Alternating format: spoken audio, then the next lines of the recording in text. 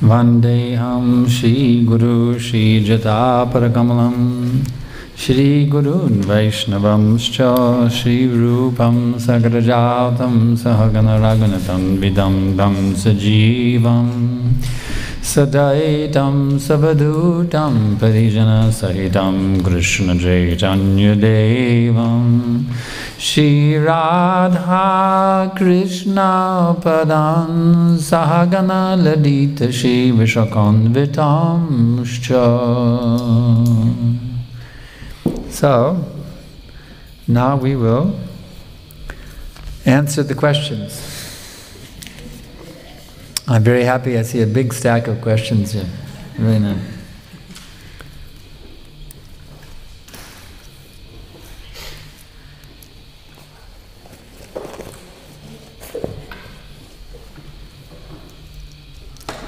So the first question is, why is Guru and Krishna's mercy called causeless mercy? So the reason it is called causeless is that we don't deserve it. We didn't do anything to deserve that mercy. Of course, there is a cause, and that is their mercy. But from our side, there's nothing we did to deserve it. That's why it's called causeless mercy. And as far as meeting George Harrison, my godbrothers met him, but I did not. But I met him in my own way, and of course I met him with him in the form of his work, his music, and what he's written about Krishna. So I feel a strong connection with him, even though I never met him physically. A question. When someone gets initiated, why does he or she get a new name? Initiation means you're born again, dvija. So every time you're born, you get a new name, isn't it? So, initiation means you're born again, you're reborn, therefore you get a new name. And that's for the purpose of helping you remember Krishna. The name you have in the material world identifies you with your false ego, the false sense you had of yourself as a material body and all of these things associated with it. But your spiritual name is something that comes from the spiritual master, so this reminds you of your spiritual identity. So it's a very important thing, and actually Prabhupada says in his purport that if a devotee can simply remember his own name at the time of death, he'll go back to Godhead. So that's a pretty transcendental asset. To have a name, if you just remember your own name, you just tighten it up a little bit. It doesn't need to be raised, just tighten it. So it doesn't go down. Yes. Yeah, that's good. How can one be humble? I answered that earlier, that you have to be respectful to all without expecting any respect in return. That's the secret. Is it healthy to acknowledge devotees for their good service even though you know it will puff him up?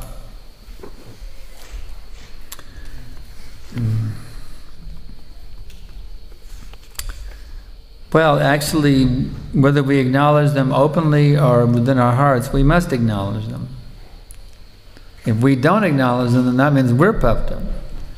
Now, if someone is too much glorified, that could puff them up. So sometimes we don't glorify too much because that could puff them up. I know Prabhupada showed that example. One godbrother, he always used to ask, he was told that you should always ask Prabhupada a question whenever he gives a lecture. So, one day, he had those days devotees worked jobs to support the temple, so one day he wasn't there to attend the class. Then Prabhupada said, oh, that devotee, he asked very good questions. So Prabhupada didn't say that when he was present, he said it when he was absent. So sometimes we don't glorify someone in their presence because it could puff one up. But sometimes it is done. I mean, I was there when I was there in New Vrindavan, and the leader of the temple was Kirtanananda Maharaj, and in the Prema Dani, Prabhupada said, Kirtanananda Maharaj ki jai.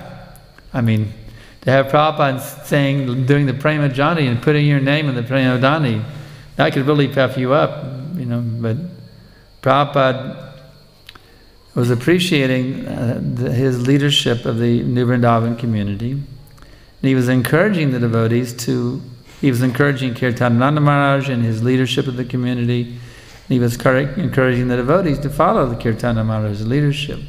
Even in his presence, he said, Kirtanananda Maharaj ki jai. So it can be done, but one has to be conscious that it could puff one up.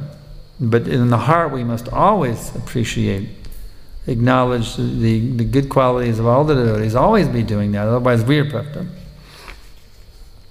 How many times in the year do we need to do a full fast for the whole day? Well, there's Gaur Purnima, there's Janmashtami. Those are required days for full fasting. Also, the way we were taught to do Nishringa Chaturdasi also was to fast for the whole day. So at least those 3 days, there's full fasting. What is the Yuga Dharma for this age? Sankirtan or Harinam Sankirtan? There's no difference. Harinam Sankirtan and Sankirtan are the same thing. If you're doing if your Sankirtan is not Harinam, what is it? Are you doing some Sankirtan that's not Harinam? Now they may be making a distinction here between book distribution or street chanting. When we joined the movements, going on Sankirtan meant going on Harinam. It's interesting the way the language of ISKCON sometimes goes through transformations, but let's go on Sankirtan, Prabhu, take the drum and the sky. That was going on Sankirtan. So later on, when book distribution became emphasized, then the term Harinam Sankirtan was introduced to distinguish between going on book distribution Sankirtan or Harinam Sankirtan. But actually they're non-different. But of the two, Prabhupada said the book distribution is the Brihat Mridanga. Because your drumming will be heard 1 or 2 blocks, but the books will be vibrate all over the whole world. So both of them are the Yuga Dharma. They're both Sankirtan Yagya. So there is the Mridanga and the Brihat Mridanga. And when you amplify the Harinam to where it can be heard all over the world, that's called book distribution Sankirtan. It's the same thing. It's you're glorifying Krishna and going out into the public and glorifying Krishna. And the glories of Krishna are being vibrated to the public. So both of them must go on side by side.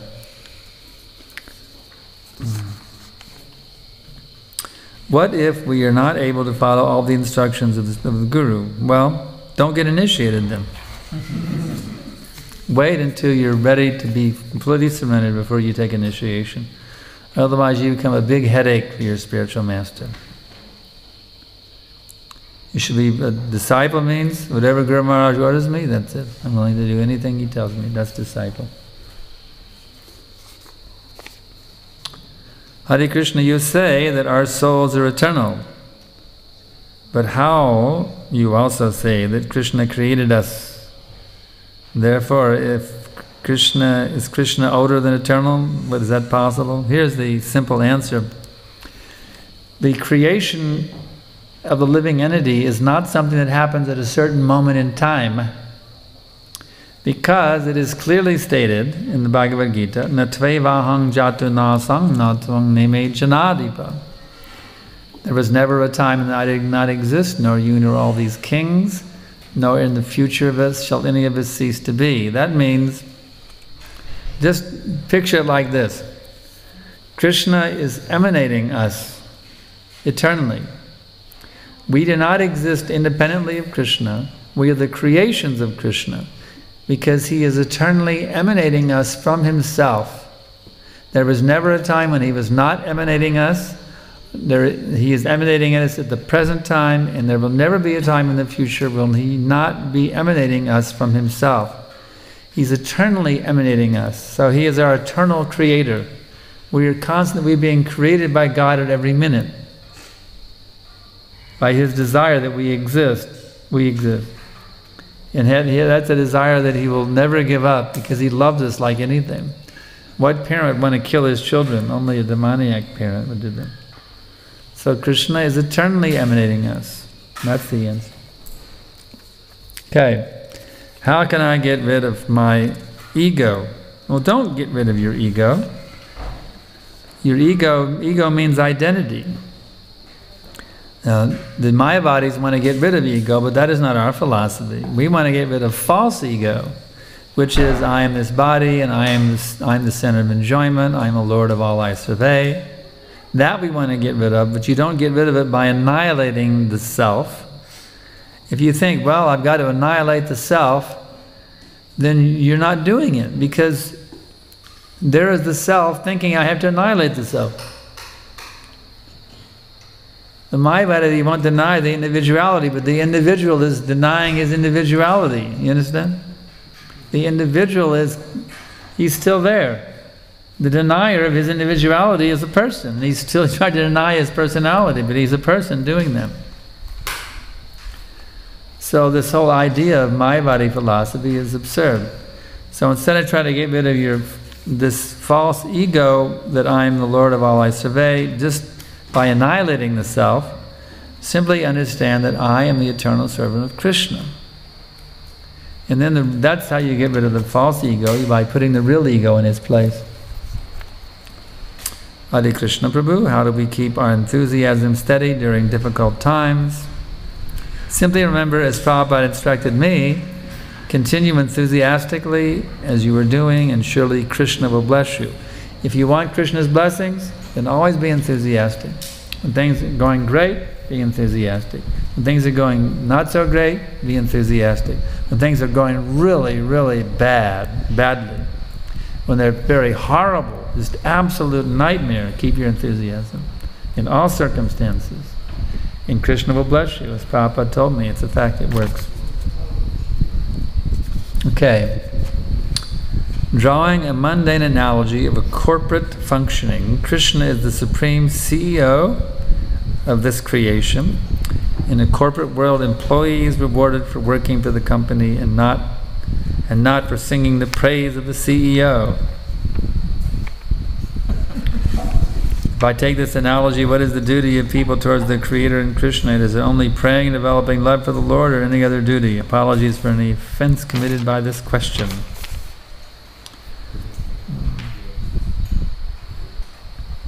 Well, if you happen to work for a company whose business is music,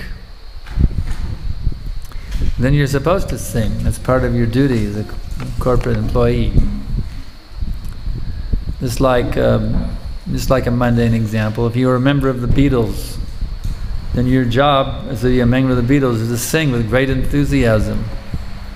So we have any members of a corporation that is a singing corporation. So singing is part of our corporate duties. Sankirtan is part of our corporate duties. We are meant to sing. Krishna wants to hear us singing His glories, so we are meant to do that.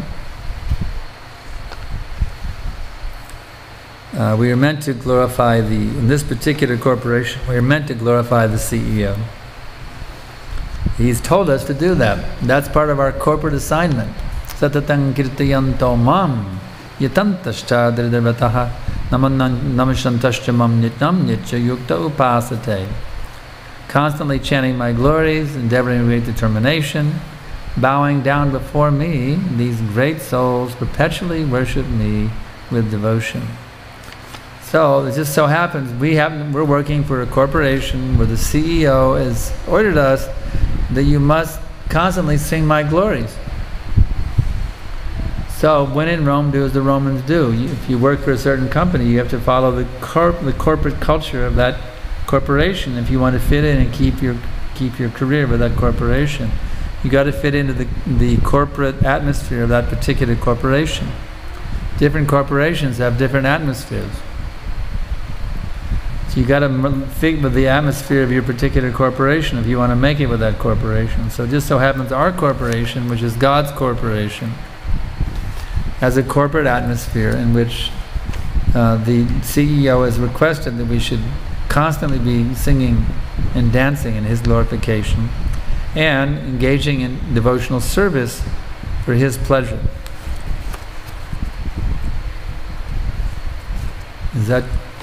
Do you agree with that?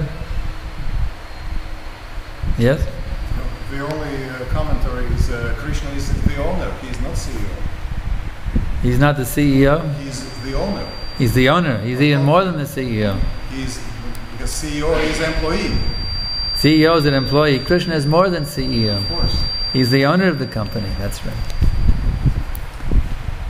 So CEO, he can be hired or fired, you see, but Krishna is the owner. He cannot be hired or fired, that's right. Brahma, he's a division CEO. And he can be hired and fired. But Krishna, he is the owner of the company, that's it. So if you're working for some company and you want to make it in that company, the smart person, if he can get in good with the owner of the company, then he has no problem, you see.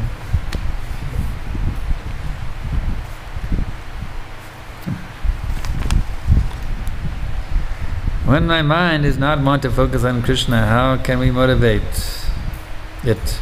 How can we constantly think of Krishna? Well, you have to say, my dear mind, Bhajahure mana Shrinanda Nandana Abhaya Charanara Vindare. In this way, my dear mind, please engage yourself in the devotional service of the divine son of Nanda Maharaj.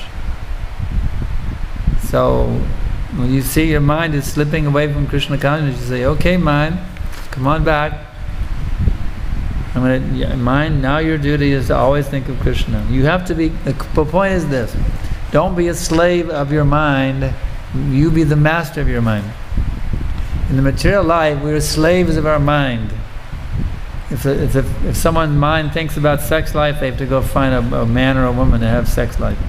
If they think of taking some drugs, they have to go find some drugs. You see, this is the slave of the mind. But the devotee, he becomes the master of his mind. He says, okay mind, your free-willing days are over.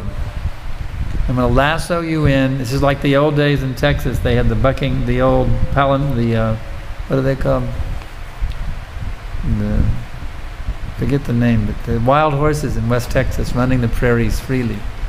So they would capture one of these horses and they would put him in the corral, and the cowboy would get on his back, and every time you get on his back, that horse would whip his rear legs in the air to throw that cowboy in the air, throw him off his back. It's called a bucking bronco.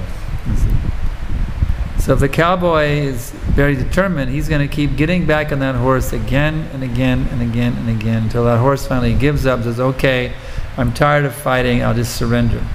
And finally they do. That's how they train the horse, to surrender and follow the orders of the cowboy, you see. So our mind is like, oh they have Mustangs, yeah, they're called Mustangs, those wild horses. So our minds are like Mustangs wandering on the West Texas prairie, you see, running freely here and there, wherever they want. But in Krishna consciousness means now you are the cowboy, the Hare Krishna cowboy, cowherd boy, or cowherd girl, whatever. And now you bring your mind under control, you see. Now, my dear mind, your days of running free on the West Texas prairie are finished. Now you're going to be a horse and you're going to do whatever I say. You see. So you have to bring the mind under control. Okay, mind, that's it. Now you have no business except to hear about Krishna, engage in Krishna consciousness. Your only business now, my dear mind, is to meditate on pleasing Krishna 24 hours a day. You have to just take command. Tell your mind who's the boss. Mind, you're no longer the boss. I've served you for millions of lifetimes. Where did it get me? Another damn rotting material body. So now, my dear mind, the time for you, your days of calling the shots are over. Now I'm calling the shots. You have to be subordinate to me. In this way, tell your mind who's the boss. And in this song, Bhaja Huremana, Prabhupada very nicely gives commentary. he explains that the mind will object. Govinda Das, you're taking away all my pleasures, you're taking away all my engagements, now what will I do?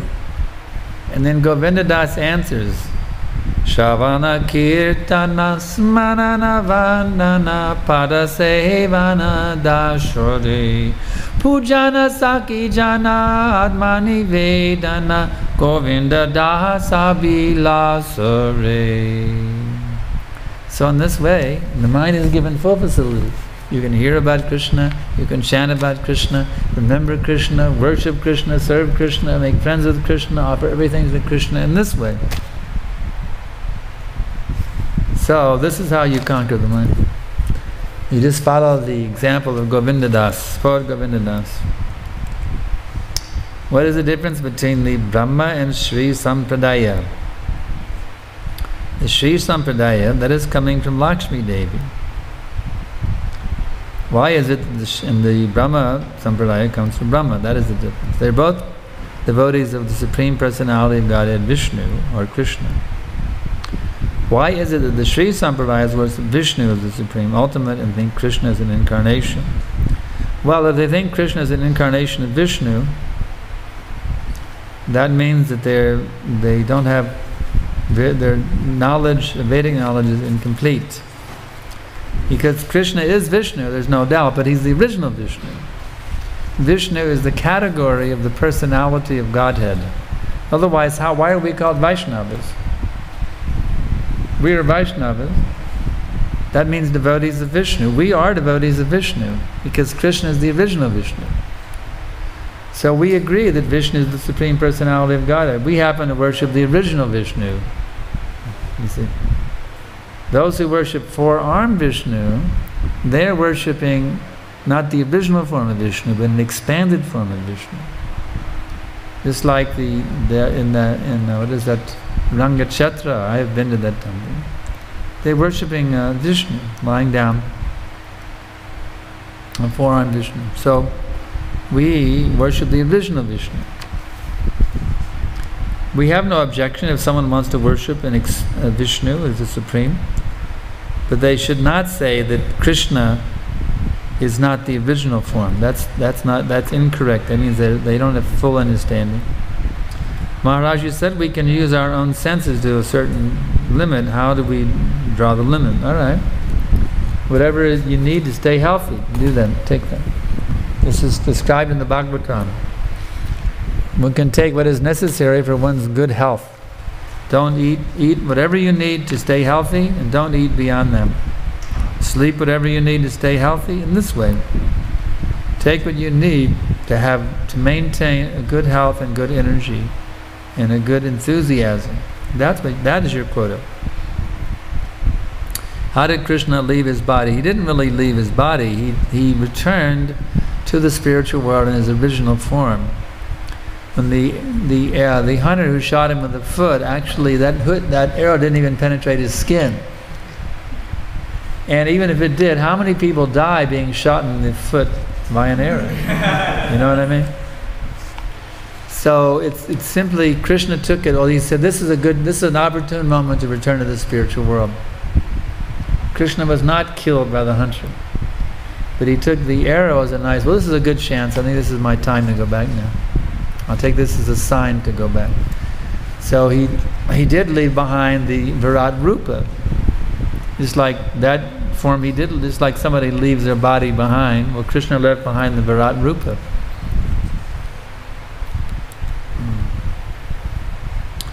Who was the cause of his disappearance? Krishna. His own sweet will. Well, I've been here long enough, now I want to go back to Golok.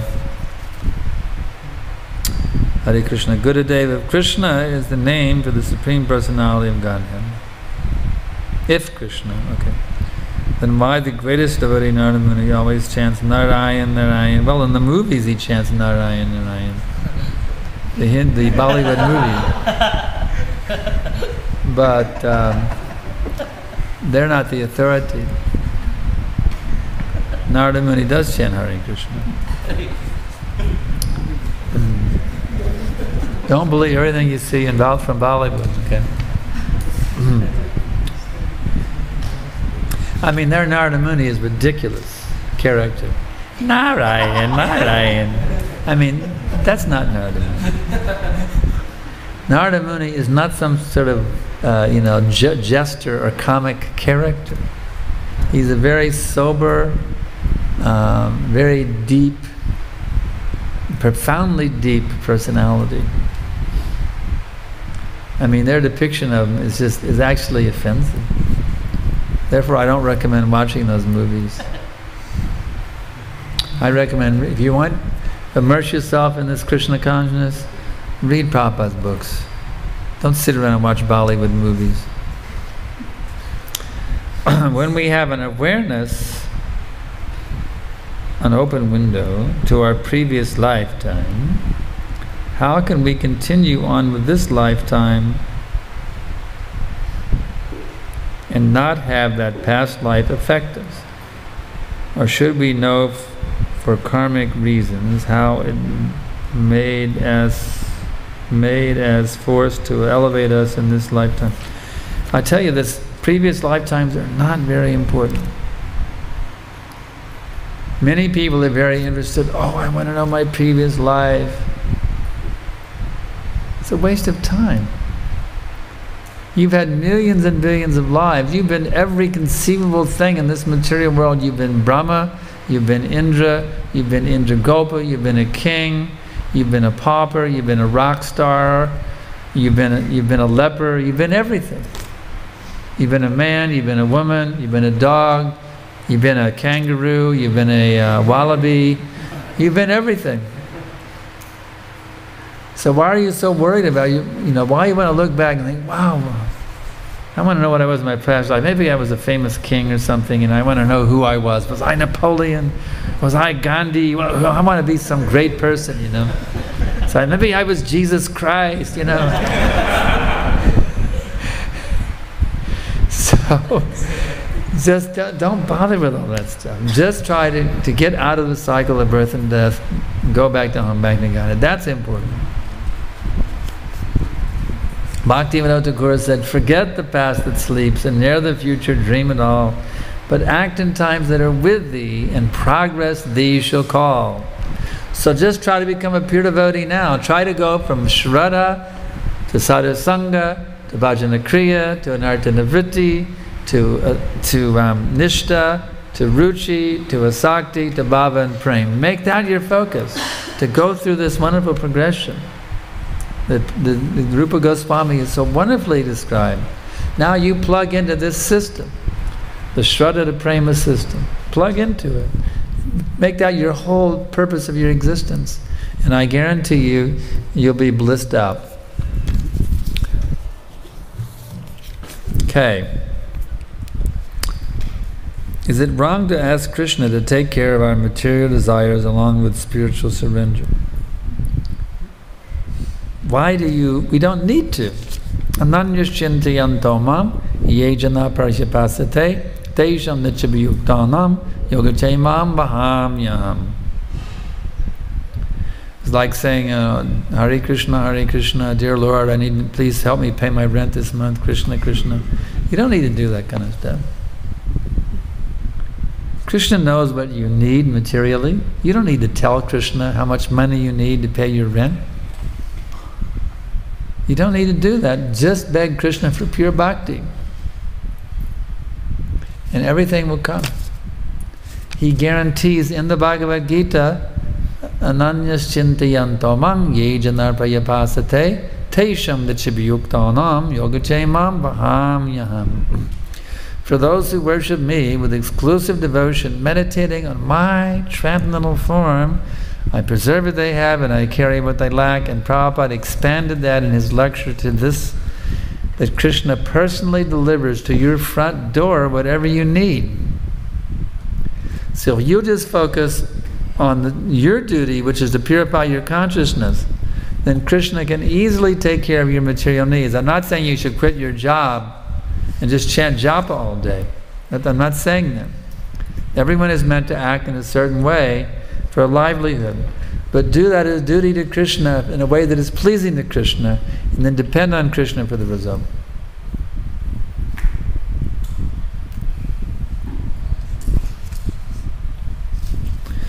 Krishna will give you facility according to how nicely you use whatever he gives you in his service. If you have $1, then spend it very nicely in a way that pleases Krishna, and Krishna will give you $10. And if that $10 is spent very nicely in a way that pleases Krishna, he will give you 100, and then 1,000, and then 10,000, and 100,000, and 1,000,000. Whatever you have, engage it very nicely in Krishna's service, and he'll give you more, more, more, more, more. Krishna can give you the whole world. Prabhupada told my godbrother, he said, Krishna can give you all of America within 1 minute. What will you do with it? See, if we're not qualified, if we're still motivated by lust, anger, greed, madness, illusion, and envy, then whatever facility Krishna gives it, we'll use it for sense gratification. So therefore Krishna restricts. For the neophyte devotee, he restricts the opulence that he gives him. In fact, if one is trying to become Krishna conscious and is still attached to material opulence, Krishna will take every bit of it away. So you have nothing to do but say, Krishna, I was thinking I could be an enjoyer of this world, but now you made it very clear the only thing I can do is take shelter of you. But if you're mature, if you're using everything in Krishna's service, then Krishna will give you more, more, more, more to engage in his service. So don't try to be the enjoyer. Whatever you have, use it for Krishna. For instance, I need a job to survive. Is it wrong to ask him to help me find a job? It's like saying, well, let's have a big kirtan, you know. Invite all the devotees to my house and we'll have a big kirtan so I can get a job. We'll have a kirtan for me to get a job. Doesn't make sense. Just try to glorify Krishna. He knows you need a job. You don't have to tell Krishna you need a job. Just say, my dear Lord Krishna, I'm simply your servant, and for your service, I want to get a job. If you desire from me, if you want me not to have a job, I'm fully surrendered to you, my Lord, in either condition. But from my perspective, my Lord, I feel I can serve you better if I have a job. So I'm just begging your mercy that I can be your fully surrendered servant. That's the way to go. I'm simply begging your mercy that I can be your fully surrendered servant. Job or not job, that's your decision, my Lord. From my side, it appears it's better I have the job so I can serve you better, but ultimately it's up to you, my Lord. So I'm making the endeavor to get a job to please you and serve you, but ultimately it's up to you, my Lord. You can give me a job, you can take away, it's completely in your hands, and I'm simply your surrendered servant. That's the mood. And you'll be surprised if you have that mood, your mind will be so peaceful. When you go for that interview, they'll hire you immediately. This person's really cool, he's got some potency. You can be bold when you're going for a job. I had one devotee in Brisbane, when he went for the job, he put down that he was a member of the Hare Krishna movement, whose goal is world domination. And they hired him immediately. So this guy's aggressive.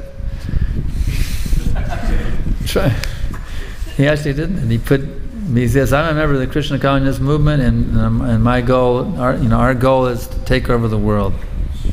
And they said, this is the kind of person we want in our company, aggressive. I was surprised, but actually he did them. So, no, unless you're prepared to be a brahmachari living in the temple and living in an ashram, and even then you may be asked to go collect money to support the ashram. So these sort of things we have to do, whether it's earning a living or going out and collecting on behalf of the temple. In either case, many of us have that responsibility to make money. So we have to be Krishna conscious about it. Actually, it's not that difficult. Prabhupada told my godbrother, he said, the money's just flying through the air, you just have to grab it.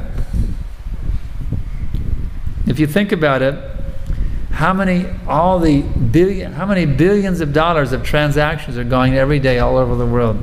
Money is going back and forth. Millions and billions of dollars are just electronically, through the internet, and through other, just an incredible amount of money is just going back and forth.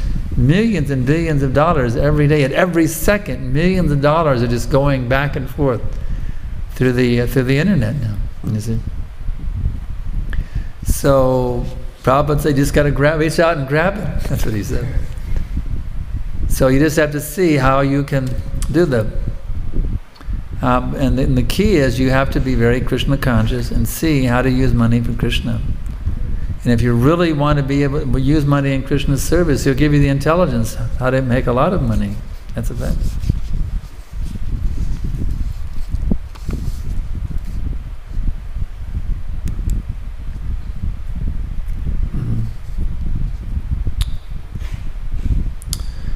Hare Krishna Prabhu. From birth, I have been worshipping Lord Ganesh. Now, although I'm worshipping Lord Krishna, I find it hard to neglect Lord Ganesh. You're not neglecting him. When you worship Krishna, you're giving the best worship to Ganesh and to every single demigod and living entity throughout all of existence. You have to have complete faith, as we're talking about Sraddha. In fact, we studied the very verse this morning. You have to have complete faith that simply by serving Krishna, I fulfilled every obligation. If you don't have that faith, you can't advance. You're not going to advance in Krishna consciousness. You haven't even gotten your Sraddha together yet, Sraddha. Unless you have firm faith that simply by worshiping Krishna, every single requirement is fulfilled, you're not going to advance. You're not going to advance. So you have to have faith that all I have to do is worship Krishna.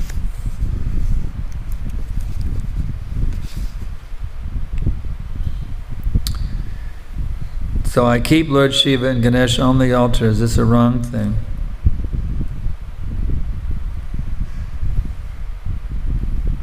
It's not necessary. It really isn't.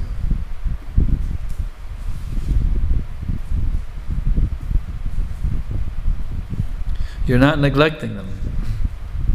Shiva is very attracted by this Nama Sankirtan, actually. In our Berry Place temple,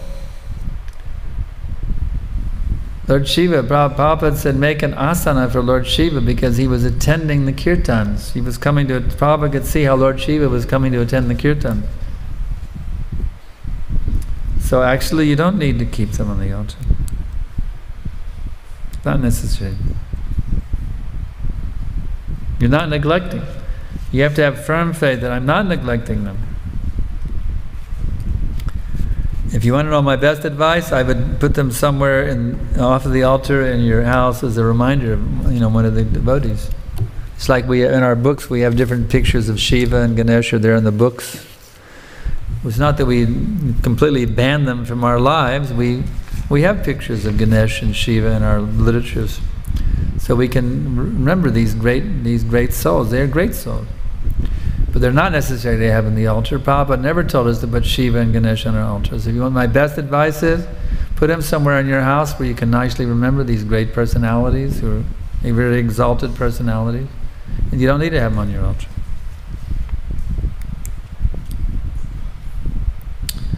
What is the reason not to wear red and blue colors in front of the deities? I already answered that. It's a rule. And why it's a rule, I can say. Ask when you come up here to Bodhi, you can ask Rupa Goswami why this rule is there. There must be some reason.